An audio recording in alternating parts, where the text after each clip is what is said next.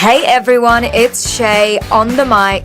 We're going beyond politics. Hope you're psyched. Not just policies, not just plans. We're talking dreams, hobbies, and life's other strands. We'll meet the leaders behind the scenes, uncover the stories in between, the laughs, the quirks, the passions they hide, their personal moments, unfiltered and wide. Ready or not, let's get underway. This is Beyond Politics with Chay.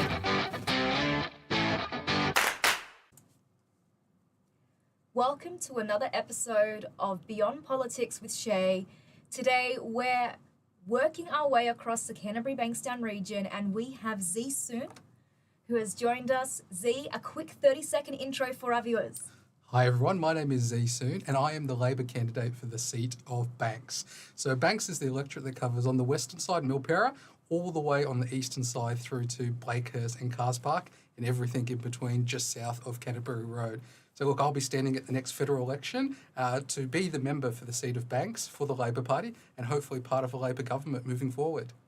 That was almost too perfect of an introduction. I'm going to go straight into the icebreaker, Zhi. So thank you so much for joining us. These are the three standard questions I ask absolutely everybody on the show. So the first, what is one thing that people don't know about you? Look, here's one for you.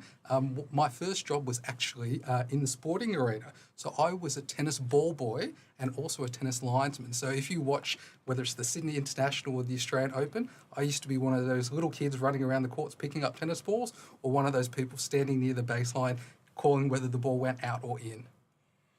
I think I'll think of you the next time I watch a tennis match. Okay, now the most common compliment that you receive. Oh, look, as you can probably tell from my demeanour, I'm generally an optimistic person. So, look, I think that's generally what people say is, look, if you want an optimistic outlook, Z's the person to come to. Thank you. And okay, a tricky one. If you could introduce one feature in a smartphone, what would that be? Look, one of the big things I am in the policy and political arena is a news buff. And so if there was an app out there that could help synthesize all the different news stories there is out there into one easy to kind of read app, that would be very, very helpful. So I can get all the news, whether it's news, TV, radio, all in the one spot, that would be very, very helpful. Thank you so much for that, Zhi. Now, if we can take a look into your childhood, tell me a little bit about where you grew up. Absolutely. So, look, I was born in Malaysia. So I'm of Chinese Malaysian heritage. And I was born in a little suburb called Shah Alam. For those of you who are of the Islamic faith, you might know Shah Alam because it's the home of the Big Blue Mosque. So I grew up listening to the call to prayer in the morning every day. My family arrived in Australia in 1989. So we spent the first year in Hurstville before settling in Revesby. For those of you who know Revesby well, I used to live in one of those old fibro houses that are next to St. Luke's Church. Look, I was raised there with my family, my older sister, but during that time, my parents had to work a lot, and so I was actually looked after by many different families in the community, including a Vietnamese family on Victoria Road, but also a Lebanese family on Turvey Street. So I spent many a day travelling to see different families across the area. They say it takes a village to raise a child. On that note, could you share with our viewers one very special memory or childhood story that inspired your career into politics and policy? Yeah, well, one of my real passions is education policy. But interestingly enough, my first experience in education wasn't necessarily the best. And so on my first day of school at Revesby Public, I was crying and screaming on my first day, and I would not enter the school for any reason whatsoever.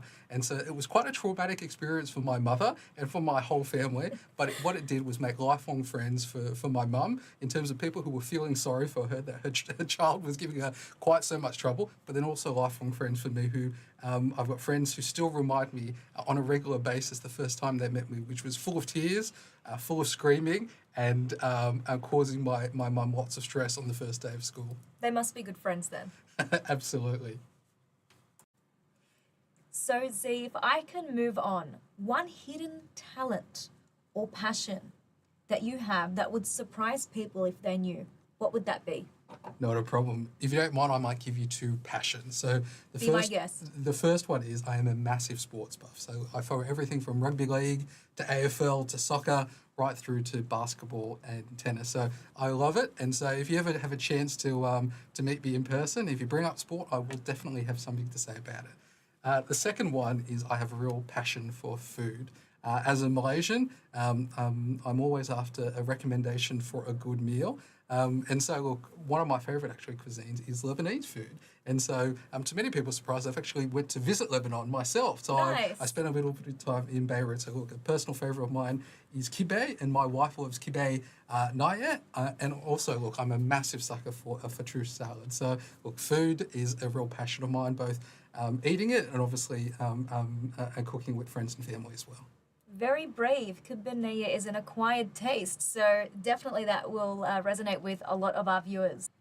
Today, we asked Zhi on Oz Arab Media to focus on education and support for recent arrivals or migrants.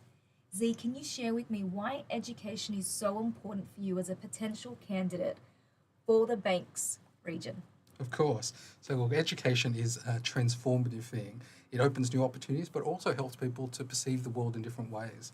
So, in terms of opportunities, there's obviously job opportunities, but also further study to help explore different vocations that you might not know have existed.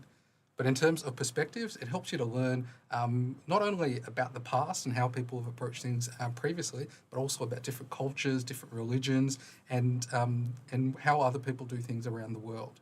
In terms of why it's really passionate for me is, look, my education has given me lots of opportunities. It's given me the opportunity to work in the highest office in the land, in the Prime Minister's office. It's given me the opportunity to serve as a diplomat overseas. And it's also allowed me to guest lecture at leading universities all around the world. But I guess most importantly, it's given me the knowledge to help my community, and particularly in the education space, to make sure we've got good public policy in that area. Thank you. And in your view, which areas of our education system need improvement and why? One of the big areas I think out there is how we can better support teachers and students with their learning. Unfortunately, you can't just rely on teachers to be able to identify exactly where a student needs help, or you can't rely necessarily on students to always ask questions when they need to know something a little bit better. And I know there's a lot of education technology companies out there working in this area, but using different types of tools to understand where students are getting stuck, or where students are spending a disproportionate time on particular types of questions, or where they have made regular kind of mistakes, I think is really important. And then providing that information to teachers so they can focus their lessons and a lot of their teaching in addressing those key areas. I know it works for some subjects better than others, but look, I think the other one is being able to continually to recruit high quality teachers. It's a great profession, and we need to make sure that we get the best teachers from our community out into our classrooms. Thanks for that. Okay, so let's look at your unique experience working at the Nudge Unit or the Behavioural Insights Unit overseas in the UK. What does nudge mean in policy, and why is it so important to the policy debate? Thanks, Shay. So let's start off with what nudge is. So nudge comes from the field of behavioural economics, which is the integration of psychology and economics. Under classical economics, it assumes that people are completely rational human beings, and so they weigh up the pros and the cons of every decision and act accordingly. What behavioural economics does is tells us that, look, that's not really quite true, and helps us guide us to understand human behaviour in a more sophisticated kind of way. So humans aren't completely rational all the time? Exactly. So look, let's use an example in education. Under the kind of classical economics model, it would assume every young person who's a student would go, okay, what's the best way I can maximise my life outcomes? And obviously a big part of that is studying hard at school. So what they would probably do is go, okay, I'm going to spend every waking moment studying so I can get the best results. I might squeeze in some time exercising so I'm still healthy, but I might also squeeze in a little bit of socialisation so I've got kind of that social interaction skills. The truth is, let's be honest, most people get distracted. And so everything from friends, from family, to TV, to books, all that sort of stuff gets in the way.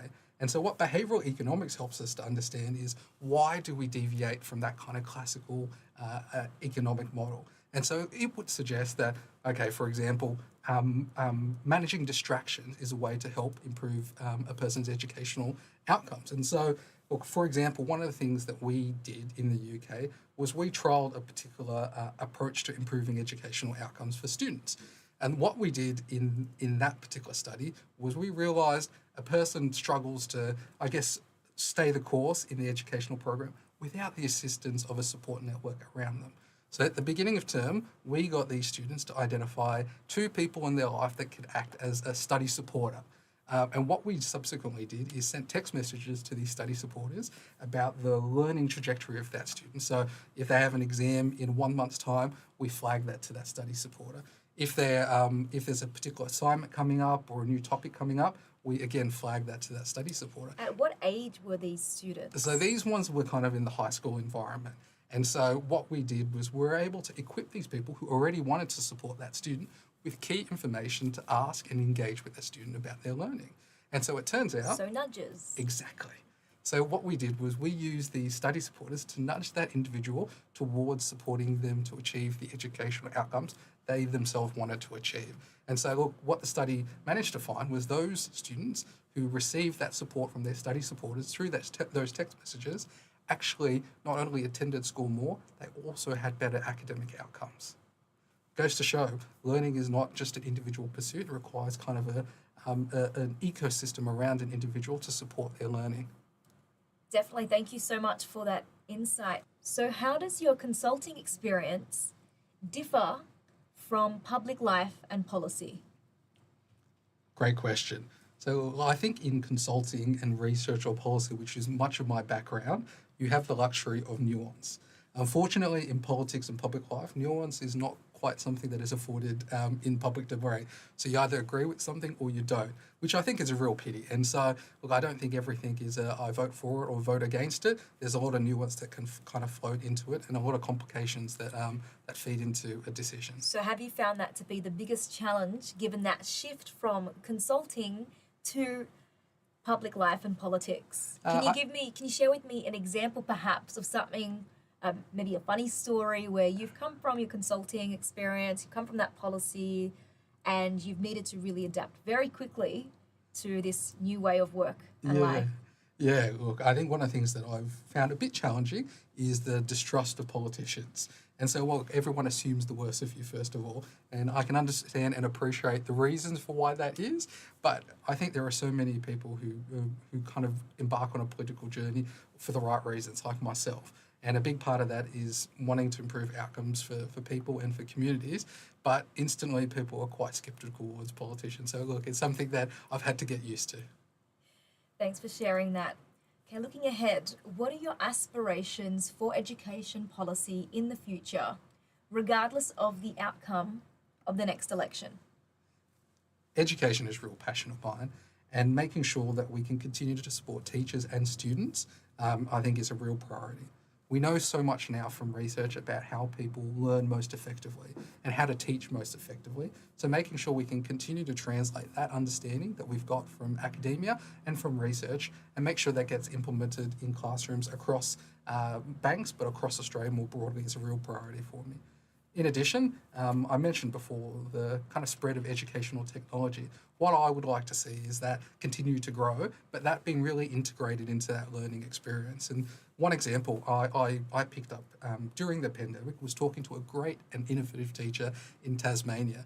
He was telling me how, because of the lockdowns associated with COVID, he had to record a lot of lessons to then subsequently play to his students. He has since adopted that practice so that understanding that different students have different learning levels within the same classroom, what he could do was video a lesson that could suit one part of the class, and he could show that to the part of the class that were perhaps doing particularly well.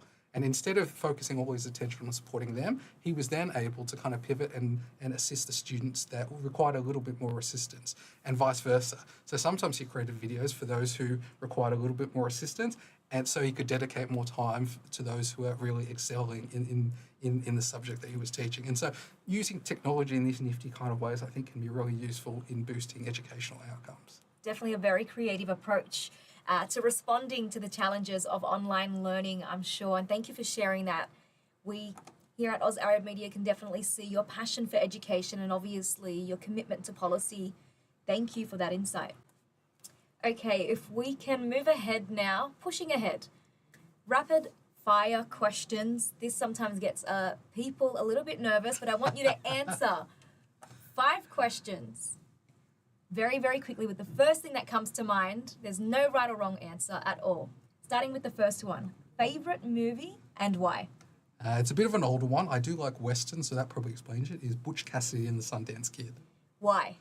Look, I love that sense of adventure that comes with it, and look, a Western is full of action, so that's why I like it and love it. Very nice. Okay. Favorite song? Look, I think going on the theme of Westerns, I'm a big Johnny Cash fan, and it's an absolute classic, Definitely Ring of can Fire. see that Western influence there. Okay, any fond memories with that song? Oh, look, whenever I'm kind of doing a drive from Sydney to Canberra, which I've done many times in my life, I love to chuck on a Johnny Cash album, and Ring of Fire is always on the list. Very nice. Okay, favorite meal? Hard to not go this with my Malaysian heritage. So I'm a big laksa fan. And so for those of you who've never had a laksa, I would highly recommend. And slightly controversially, but again, due to my Malaysian heritage, I'm a big durian fan, which if you've never had before, I know it's a controversial fruit. I highly recommend at least trying it once in your life. I think Malaysian laksa for me takes that top prize. So thanks for sharing. Okay, what about your favorite cafe? So my favorite cafe would probably be Miss Estelle's. So that's just up in Padstow Heights, and so I live in Padstow. It's a short walk from my house, and so whenever I'm walking the dog, I like to walk it out towards Miss Estelle's. Very nice. Okay, the last book you've read? Yeah. So the last book I read is an interesting one. It's actually called Funny Ethnics. And the reason why I read it was it's by an author who grew up in Yagoona, so not too far away from us. And so the book really just talks about growing up in southwestern Sydney, Yagoona and the surrounding areas. And so being able to kind of support an author from the local area and who can tell stories about what it's like to grow up in western, southwestern Sydney, I think is really important. Okay, now to wrap up. What is one piece of advice or a personal mantra that you'd like to share with our viewers? Yeah, one mantra that I've adopted my whole life has kind of 2 elements. One, if you're going to judge how you're going in life, you look at 2 things. One is the truth of your words. So how honest are you being with yourself, and how honest are you being with others? And the second one is the extent of your kindness. And so for me, those 2 things, no matter how wealthy you are or how situations are going, you can always be truthful and honest, and you can always be trying to help and support others. So for me, that's a good judge of how things are going in your life. That wraps up another episode of Beyond Politics with Chay. We have Zhi, and I'm going to leave you with a very special message from Zhi. I'm Zhi Soon, the Labor candidate for the seat of Banks at the next federal election. As you would have heard in today's interview, I have a real passion for politics and policy in Australia. If there are any issues that you're experiencing, both at a community level or that you feel like you have something to contribute at the national policy debate, please get in touch. On Facebook, that is Z-H-I, Soon, S-O-O-N, space hyphen, Labor for Banks. In terms of Instagram, that's Z-H-I _ Soon, S-O-O-N. Please follow me on social media and do get in touch if you have any questions.